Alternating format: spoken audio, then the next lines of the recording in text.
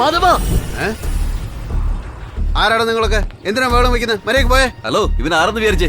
ഈ വീട്ടിലെ മരുമോനാണ്. ഏത് വീട്ടിലെ മരുവനോടാ താൻ? മര്യാദക്ക് പോകാൻ നോക്ക്. നീ ആരാടാ ഞങ്ങളെ വരട്ടാൻ? പോവാൻ നോക്കടാ. തന്നെ നിക്കടാ, ഞാൻ പോയി എന്റെ മുതലാളി വിളിച്ചോണ്ട് ഞങ്ങൾ നോക്കണം. മാധവ, പുറത്തേക്ക് വേടാ. അമൃത എന്റെ അടുത്തുനിന്ന് ആർക്കും വേർപെടുത്താൻ പറ്റില്ല. അവൻ വരുന്നുണ്ടെന്ന് തോന്നുന്നു. അയാൾ വരാൻ തോന്നുന്നു. റെഡിയായിക്കോ. എന്റെ പ്രണയത്തിന് തനിക്ക് ഒന്നും ചെയ്യാൻ കഴിയില്ല. താൻ എന്തൊക്കെ പ്ലാൻ ചെയ്താലും നമ്രത എന്റേതാ. നമ്രത എന്റെ അടുത്ത് ആർക്കും വേർപിരിക്കാൻ പറ്റില്ല.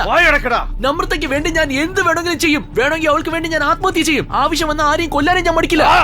അയാൾ താഴോട്ട് വരും തോന്നുന്നു കേട്ടോ. സ്ഥലം ഞാൻ എന്നും വരും. നമ്രത എനിക്ക് എങ്ങനെ കിട്ടാതെ പോകുന്നു ഞാനും നോക്കട്ടെ. ഇവിടെ പോകാൻ നോക്ക്.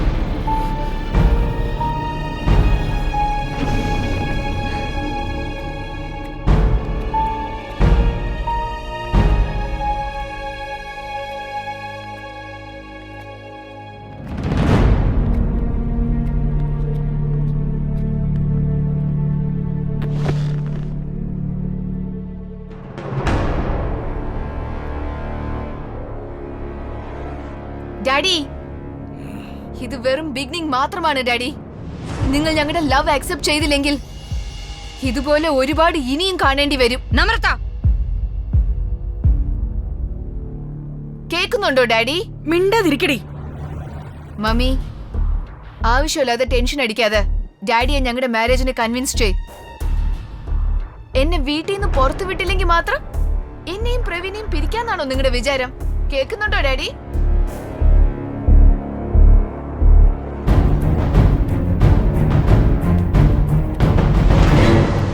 നിന്നെ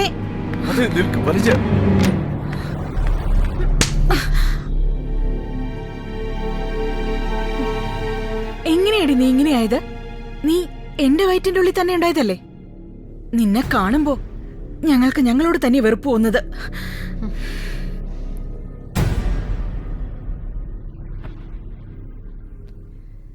മമ്മിയും ആരെങ്കിലും സ്നേഹിച്ചിരുന്നെങ്കിൽ മേ ബി എന്നെ പോലെ ഇരുന്നേനെ.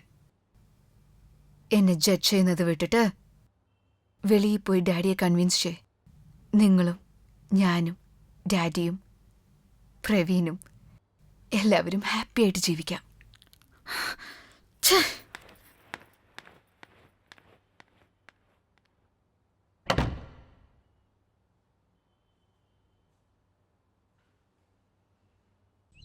മാധവ, ഈ സമയത്ത് നീ അവന്റെ മേലൊരു കേസിട്ടാൽ അവനെ ആൾക്കാർ ഹീറോ ആക്കി കളയും. ഈ സമയത്ത് നമുക്കത് നല്ലതല്ല. അതുകൊണ്ട് ഈ കാര്യം ആരും അറിയരുത്. നമ്മൾ സൂക്ഷിച്ചേ പറ്റൂ. സമയം വരുമ്പോൾ ഞാൻ അവന്റെ വീട്ടിൽ പോയി സംസാരിക്കാം. അതുവരെ നീ പുതിയ തീരുമാനങ്ങളൊന്നും എടുക്കണ്ട. അതിനു മുമ്പ് ഈ നാട്ടുകാരൻ മുമ്പേ അവൻ എന്റെ മാനം കെടുക്കുവാണെങ്കിൽ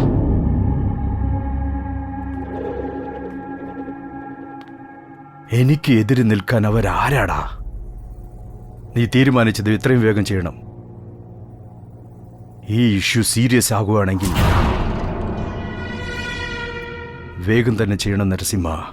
മോളുടെ മേലൊരു കണ്ണ് വേണം. അങ്കിൾ, കേൾക്കുന്നുണ്ടോ? ഞാൻ സംസാരിക്കുന്നത് കേൾക്കുന്നുണ്ടോ? എന്താ മോളെ? നിങ്ങൾ ആവശ്യമില്ലാതെ ഡാഡിയെ സപ്പോർട്ട് ചെയ്യുന്നു അങ്കിൾ. നിങ്ങൾ എത്ര ശ്രമിച്ചാലും എന്നെയും പ്രവീനെയും പിരിക്കാൻ സാധിക്കില്ല. ഞങ്ങളെ കല്യാണം കഴിപ്പിച്ച് നിങ്ങളും ഹാപ്പിയായി ജീവിക്കും, ഞങ്ങളും ഹാപ്പിയായി ജീവിക്കാം. നമ്രത, നീ ചെയ്യുന്നതൊന്നും ശരിയല്ല മോളെ. ഇത് കാരണം നീ ഭാവിയിൽ ഒരുപാട് വിഷമിക്കേണ്ടി വരും. നീ ഒന്ന് തീരുമാനം മാറ്റിയാൽ നമ്മുടെ ഫാമിലിക്കും ആ പയ്യന്റെ ഫാമിലിക്കും നല്ലൊരു ഭാവി ഉണ്ടായിരിക്കും. അല്ലെങ്കിൽ നീ കാരണം ഒരുപാട് പേര് വിഷമിക്കേണ്ടി വരും. ഞാൻ ഇറങ്ങാം മോളെ. അങ്കിൾ, ഇങ്ങനെയൊക്കെ പറഞ്ഞ് എന്നെ പേടിപ്പിക്കാൻ നോക്കണ്ട. എന്തൊക്കെ സംഭവിച്ചാലും ഞാൻ പ്രവീണയെ കല്യാണം കഴിക്കൂ.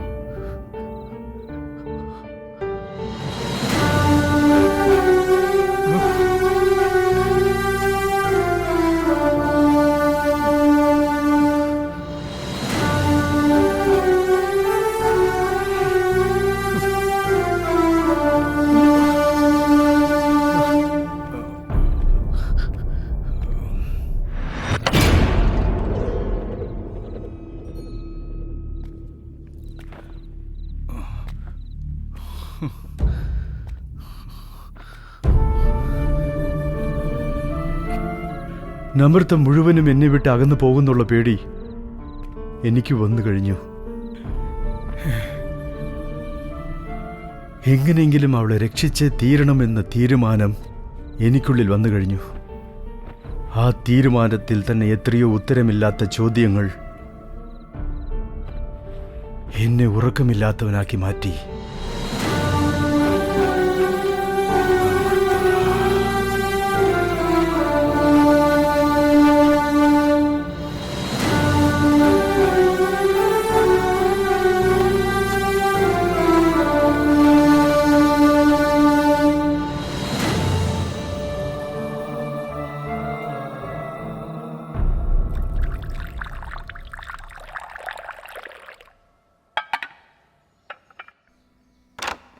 നമ്രത, നമ്രത,